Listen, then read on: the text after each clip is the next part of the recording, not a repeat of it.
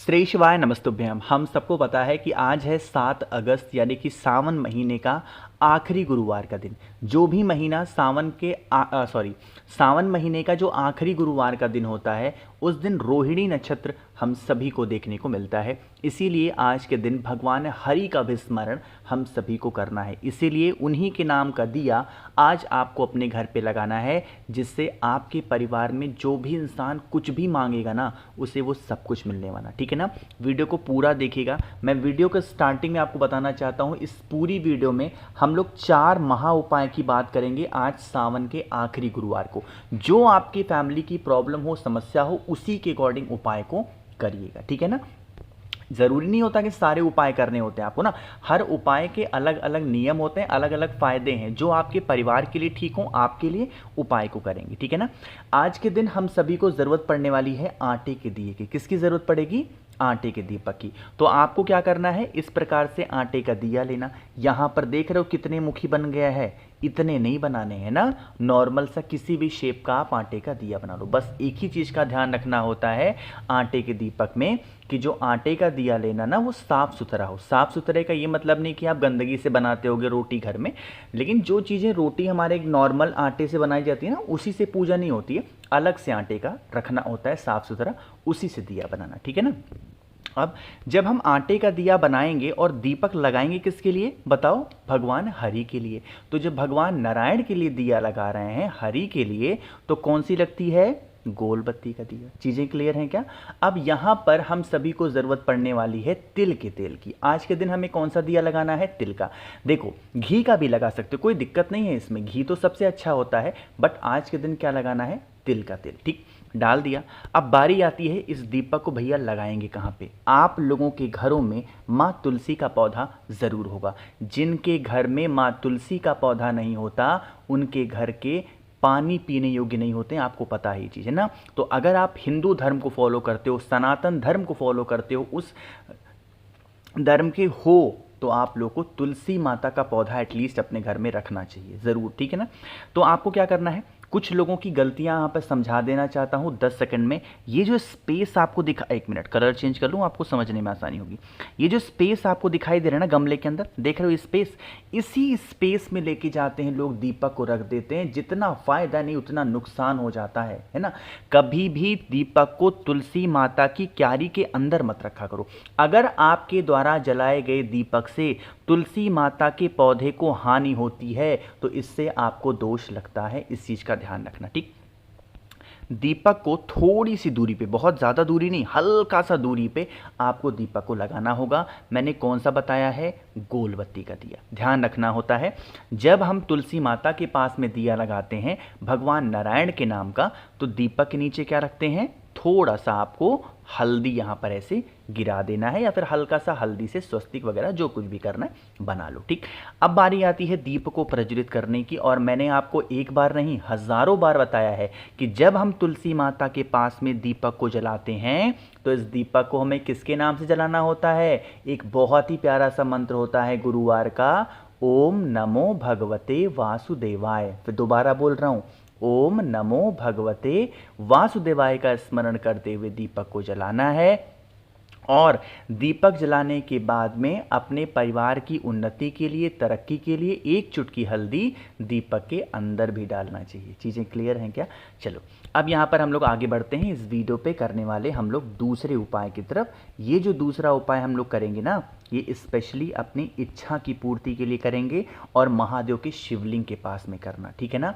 देखो अब कुछ लोग सोच रहे होंगे ना कि भैया इच्छा पूर्ति का उपाय तो आप बता रहे हो, बट और एक साथ ये भी बता रहे हो कि महादेव के शिवलिंग के पास करना है, और दूसरी तरफ हल्दी दिखा रहे हो। देखो हल्दी का इस्तेमाल हमें महादेव के शिवलिंग के ऊपर नहीं करना है, अलग जगह पे करना है। समझो, पहले जो हल्दी लेना ना, पहले तो हल्दी की गांठ को कूट लेना, पीस लेना, देन आप पाउडर के रूप में उसको लेना, हल गाढ़ा सा पेस्ट बनाना। ठीक, फिर आप लोगों को लेना है इस प्रकार से, क्या बताओ? आप लोगों को लेना है ऐसे तांबे का लोटा। ठीक है ना। तांबे के लोटे में क्या डालोगे? आपको जल भरना है। कौन सा दिन है? गुरुवार का। इच्छा पूर्ति का उपाय कर रहे हो तो जल के अंदर क्या डालोगे? गंगा जल डाल देना। ठीक है ना। अब अच्छा हाँ, देखो गंगा जल से याद आया, इस टाइम पे बाढ़ के माहौल चारों तरफ आ गए हैं। ठीक है ना। तो मेरी आप लोगों से हाथ जोड़ के निवेदन है, विनती है कि थोड़ा सा नदी, तालाब, सरोवर, कुआं, बावड़ी से दूरी बना के रखें, क्योंकि बाढ़ का पानी कब तेजी से बढ़ के चला आता है हमें पता भी नहीं चलता। तो इसलिए कुछ दिनों तक, 10-15 दिनों तक ये दिक्कतें आने वाली हैं, थोड़ी सी दूरी बना के रखना नदी तालाब से, ठीक है ना। गंगा जल डाला। अब देखो, अभी मैंने आपको बताया है हल्दी, ठीक है ना। जो हल्दी बताया ना, उसी हल्दी की एक बिंदी आपको क्या करनी है, या चाहो तो बिंदी या चाहो तो त्रिपुंड लगा सकते हो। कहाँ पे, जिस कलश का इस्तेमाल आप उपाय को करने के लिए कर रहे हो, ठीक है ना। लेकिन चाहे त्रिपुंड बनाओगे या हल्दी लगाओगे, हमें किसका ध्यान करना है, ओम नमो भगवते वासुदेवाय का स्मरण दोबारा से करना, ठीक है ना। अब आप इस कलश को उठाइएगा और पहुंच जाइएगा महादेव की शिवलिंग के पास में। इच्छा पूर्ति का हम उपाय कर रहे हैं, तो क्या लेना है, बेलपत्र लेना अनिवार्य हो जाता है। तो बेलपत्र रखना, और फिर अब क्या करना है, वही जल को भोलेनाथ के शिवलिंग के ऊपर, इच्छा पूर्ति का उपाय जब बहुत विशेष होता है तो हम क्या बोलते हैं, कुंदकेश्वर महादेव के नाम से जल चढ़ाना होता है, ठीक है ना। करके देखिए इस उपाय को, आपको बहुत अच्छा लगेगा और आपकी वो सारी मनोकामना पूरी होगी जिसके लिए आप प्रयत्न करते हो, प्रयास करते हो, ठीक है ना।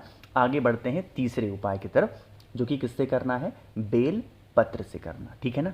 अब सबसे पहले बता देना चाहता हूं कि आपके पास में 3 दिन बचे हैं। कौन कौन से, आपको 7 तारीख, 8 तारीख और 9 तारीख की रात 12 बजे तक आपके पास में एक छोटा सा ऑफर है। वो ऑफर है, जो लोग रुद्राक्ष नहीं ले पाए थे, चूक गए थे ना, उनके लिए है। 7 मुखी रुद्राक्ष होता है बहुत सारे पैसे के लिए, और 9 मुखी रुद्राक्ष होता है घर से लड़ाई झगड़े को खत्म करने के लिए। इनमें से कोई एक या दोनों, या फिर आपके मन में 1 मुखी से लेकर 4 मुखी तक कोई भी रुद्राक्ष पहनने की इच्छा हो, आप कोई भी लोगे मुझसे। इसके साथ में आप लोग को बहुत सारी चीज़ें मुफ्त दूंगा। कौन कौन सी, सबसे पहले स्क्रीन पे आप लोग को दिखाई दे रहा है एक महादेव का शिवलिंग, जो कि पानी से जलने वाला शिवलिंग है। जैसे ही जल चढ़ाओगे, इनमें से एक लाइट जलेगी जिसका दृश्य बड़ा ही मनोरम सुंदर होता है, ये मैं फ्री दूंगा। इसके साथ आप लोग को एक रुद्राक्ष का फल भी दिखाई दे रहा है। जब आप इस फल को छिलोगे ना, इनमें से 1 मुखी से लेकर के 21 मुखी तक निकल सकता है। मुझे भी नहीं पता कि इसके अंदर कौन सा रुद्राक्ष निकलेगा, ठीक है ना। फल है, नॉर्मल सा ओरिजिनल फल है रुद्राक्ष का, आपको मैं बिल्कुल फ्री देने वाला हूं।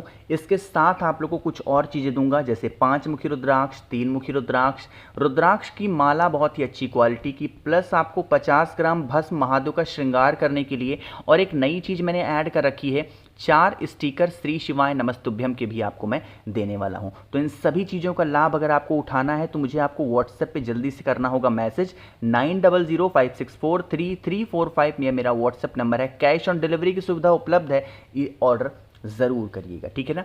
अब आगे बढ़ते हैं इस वीडियो के तीसरे उपाय की तरफ। ये जो बेलपत्र आपको दिखाई दे रही है ना, स्पेशली हम इस बेलपत्र से करने वाले हैं अपने घर की किसी भी लोगों की बीमारी को ठीक करने के लिए, चाहे वो छोटी बीमारियां हो या बड़ी बीमारियां हो, कोई भी हो, ठीक। एक प्यारी सी बेलपत्र ले लो और इस बेलपत्र को एक तांबे के लोटे में जल भरो, ठीक है ना।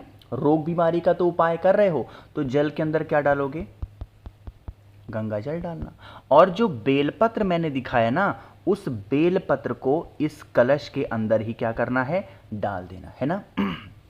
अब आपके घर का जो भी इंसान बीमार पड़ा रहता है, उसके हाथों से एक बार इस कलश को स्पर्श करा देना, टच करा देना, और टच कराने के बाद में उसे लेकर के महादेव के शिवलिंग के पास जाना और पूरा जल महादेव के शिवलिंग के ऊपर समर्पित करना। रोग बीमारी का जब हम उपाय करते हैं तो किसका स्मरण करते हैं, कुंदकेश्वर महादेव का। करके देखिए इस उपाय को, आपके घर परिवार में जो भी लोग बीमार पड़ते होंगे, बीमारियां उनकी ठीक जरूर हो जाएंगी। और हाँ, आप चाहें तो उस बेलपत्र को उठा करके उस बीमार व्यक्ति को खिला भी सकते हो। आगे बढ़ते हैं सबसे आखिरी उपाय की तरफ, जो कि चौथा है। जल्दी से करिए वीडियो को लाइक, जिसने अभी तक चैनल को सब्सक्राइब नहीं किया, मेरी आवाज़ आप पहली बार सुन रहे हैं, चैनल को ज़रूर सब्सक्राइब करेंगे, ठीक है ना।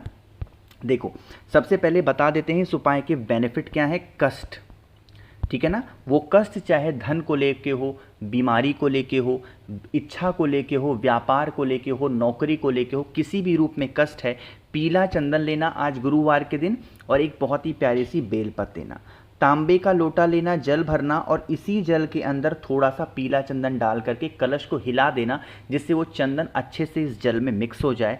और बेल पत्र को महादेव के शिवलिंग के ऊपर समर्पित करके ओम नमो भगवते वासुदेवाय का स्मरण करते हुए जल चढ़ा देना।